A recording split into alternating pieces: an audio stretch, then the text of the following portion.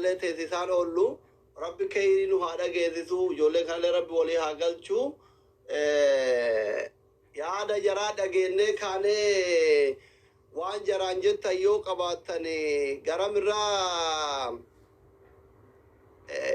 أكل قرو يا هذا جرامي إيقلو جنرال أمان أبا عبد الله ورثر جرزا مبارك هنا دكتور السلام عليكم مبارك مرتنو واني اللي أباوجو كان اللي قلتي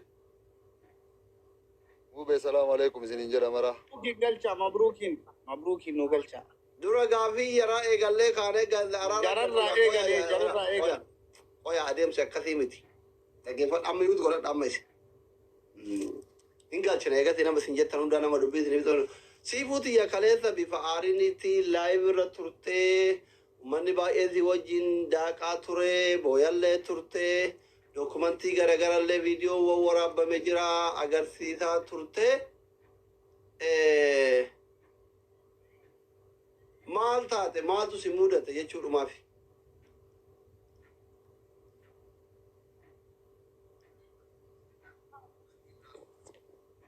كاليساس دوبدي جرا وان نمودته hundi keessanuu dhageessaniifuu dhimma keenutti kennadhu naan jettan naffakkaata.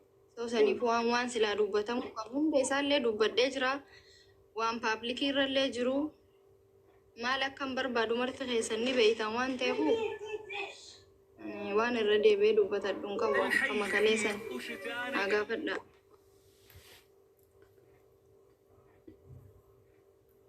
جرنا جالسوما قافتني مو قافي دبي فيش قولي هشر قافتني قرا تروقو ترى ورجال سر جرتن في دبي أتيقول سيسر رمرتوبنا أمان كاليثا وبولتين تنا سيفون هاتي إلمان كتي هاتي مانا كتي أبا مانا كيا كابامي بيجالون الله بينا ورمهون دبكا بيجالي بيادو فودي ده جارتي برا فودي رفع هنجرو عن الموجين هتتركتا جرا يو سبونسر كنا فايلي إسات الرجرا دوكمنتي وندا إسات وركا كبا إيميلي باسورد إسات وركا كبا إسات الرجرا توفي تجارتي فوري أسيت نوغتي جتكوا بنن يوسي إبسو هذا إلمان كتير ترما فقط يودفون دندن مال فرمات هنقولني في ilmaan kee kun ilmaan kee qofa miti ilmaan oromoo hundaati wajjin dadhabe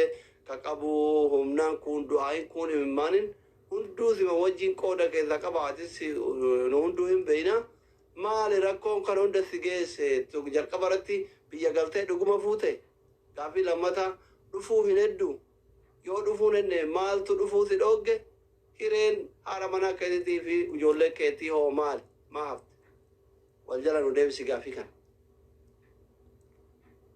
أريد دكتور غلطومي قافينا قافت فان اللي ديفسان نسيكنو دورا دورسو أسو حالر رادا غيه كا إسي ناسويتان اللي ندقيني أسو مراسد نغيه وان إسي نيمتوسون حقا فاقنتو اللي أچر دابد دواسن دبچو بربادا أنا موتيو سلكي هردفان توري أونلاين رهنجرو akkuma ganama isiniin jedhe waan isii barbaachisanillee sa'aatii kiyya qabadhee isinillee sa'aatii ofii qabattee waan jidduu kenna jiru numartinuu akkuma tiyette ilmaan teennillee ta Oromooti kophaan guddifnee kophaan arganne ilmaan kana Oromoo wajjin guddifnee nullee ammoo ilmaan isaanii waan taaneef ilmaan kenna guddisan malee osoo nuti saba biraa taane waan kun waan isaan ilaallatuyyuu hin qabu isaan hun dubbatanii kanaaf kana isii madhayoo isiin jette waan sanirra dhaabadhee deebisaa san deebisaa fi gaafii namootiyuu haa ta'u malee haasoin haasaamaa ture sun bal'aa ture anaaf isiidha rabbi isinii fi namni muraasni illee waan keessa beeytaniif isirraa waan guutuu dhaga'ee silaa deebisaa san isinii deebise bareedana fakkaata.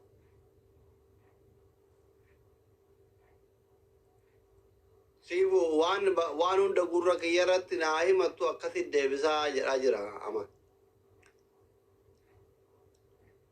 Wanti gurra isaatti mu injiru kama dhageessee sitti manii dhufte sana haa paabliikii irra kama deemaa jiru sana viidiyoo illee yoo ta'e muramaa dhageessee jirta ani Kophaa kiyya haasa'an jiru. Kaleessa irraa qabee hanga addaatti hawaasa kiyyatti himadhee jira. Rakkoo kiyya hunda isaa himadhee jira. Maal akka barbaadu himadhee jira. Kinoo asiliin sitti himaa jira isuma gaafadhu. Shari'aan zaahira abba maratti akkana nagootee jettee isarraa deebii dhageenyaa osii fuuti jedhiifa malee. Mirga qabda diduudha.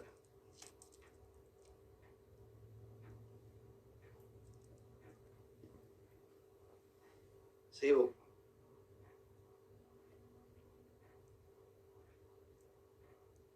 Asli an guyyaa guutuun bo'aa oolee sii galee.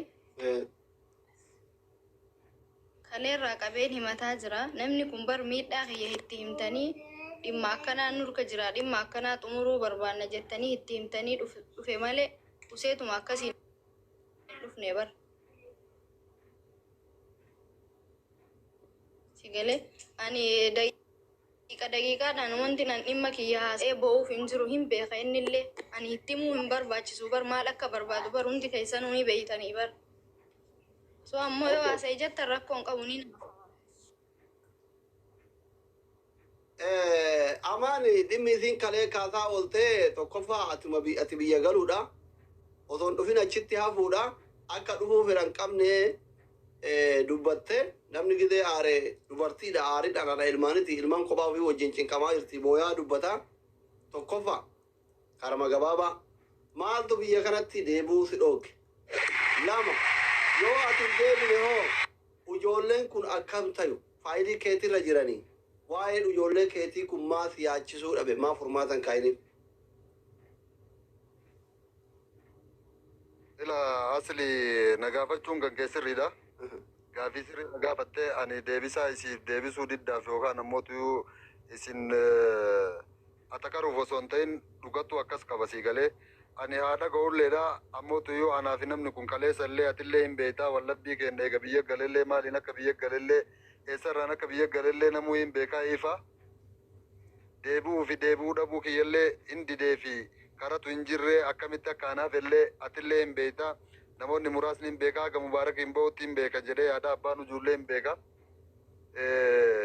mubaarak facaatuu namni jedhullee namni sila biyya san nama fiffidu mucaasanii waan kana quba qabaa namoonni Duubaa illee isii dubbisaa turte.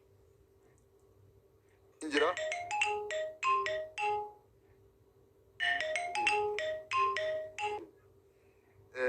Kanaaf namni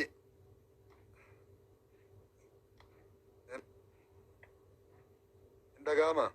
Imoositti bo'ee dhaga'ama dubbadhu.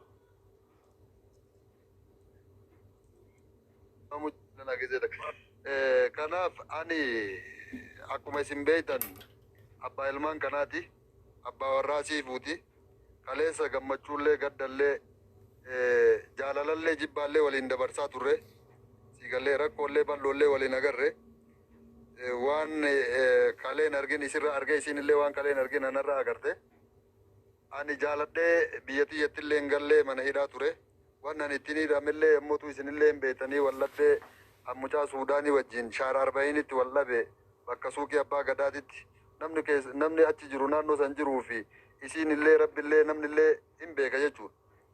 Hidhamee galee eega galee ammoo tuyyuu fedhii kiyya hin gallee gaafa galullee marima anaafisii wajjin gallee waraqata walii barreessaa turre waraqaan anaafisiin hagarraa walii barreessaa turre mana hidhaa san keessatti ana bira jira guututti walumaa galatti jechuudha. Gaafa galu hin deebi'aadhaan walii galteen xiyyaa fi taasisii hin deebi'a siifu as keessatti ilmaan xiyya argee dubbisaa hin jiru. Ilmaan xiyyallee ammootu guyyaa jimaata waytanatti dhuftu argee ol fuudhee dubbisaa hin jiru akkana jedheen bakka mana hidhaa san Mubaarak dhufee ofii isaati ijaan na laale abbaan hojuu achitti dhufee na laalaa ture nama salaama godhuu hin dandeettu ilmoo tante ol fuutee dubbisuu dhungachuu hin dandeettu ilmoon tante meetira 2-3 sirraa fagaatti. Seera biyya sanii agartanii jirtanii hin ulfaate. Mataan akkanatti sillee maraataa jira.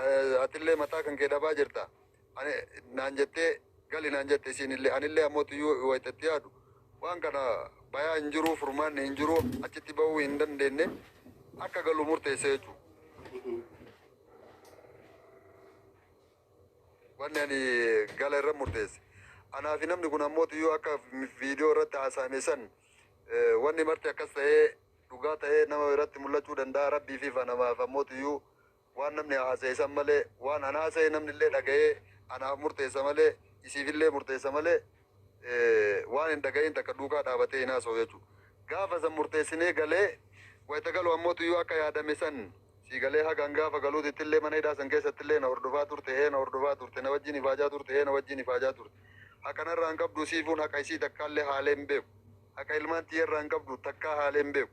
Wallabbiin anaa fi namni kun qabnu mootu namni kun haadha mana kiyyaati haadha warra kiyyaati haadha ilmaan xiyyaati si galee osoo ani biyya sanii hin galin osoo an biyya sanitti hin hidhamin osoo anaa fi isii waliin hin jirre wajjaan baane wanni kun narra ga'e. Akka isiin fudhattee ilmaan isiillee bakka biraa jiraataa turte isinillee hin beektan hawaasni muraasni illee hin beeku. Ilmaan xiyyeeyyuu na agarsiisi jedheeni nama kana waggaa dheeraa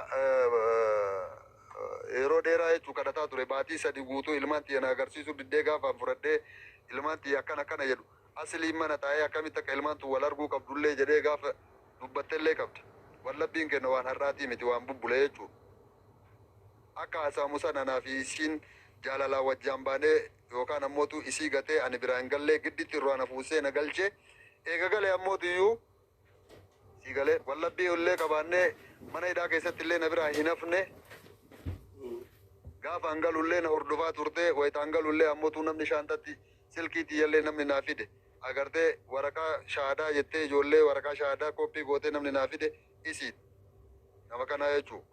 Hin deebi'aa waan takka sirreeffadhee akkana waliin jennee walii galtee kennan gabbuune gaafa gabbuu illee hagaan maatii kiyya bira ga'utti akkuma reefu jechaa turte san haadhatii waa godhuu abbaa kiyya waa godhuu kunniin ani mana hidhaa irraa bahe anillee godhuuf hin dandeenye isiin ammootiyyuu waan itti fakkaatte gootee jirti haa galatoomtu garuu haati namaa ulfaattuudha akkuma isiin haadha taatee namni marti isii rifatu kanatti haadha namaa arraba dhiiftamoo isinirraa cufa. Maa shayxaana taatan isin bultii namaa jidduutti arraba dhiiftamoo isinirraa cufa deemtanii dalagattan. Amma amaanii kiyya. Duraan isi koomu. Amaan.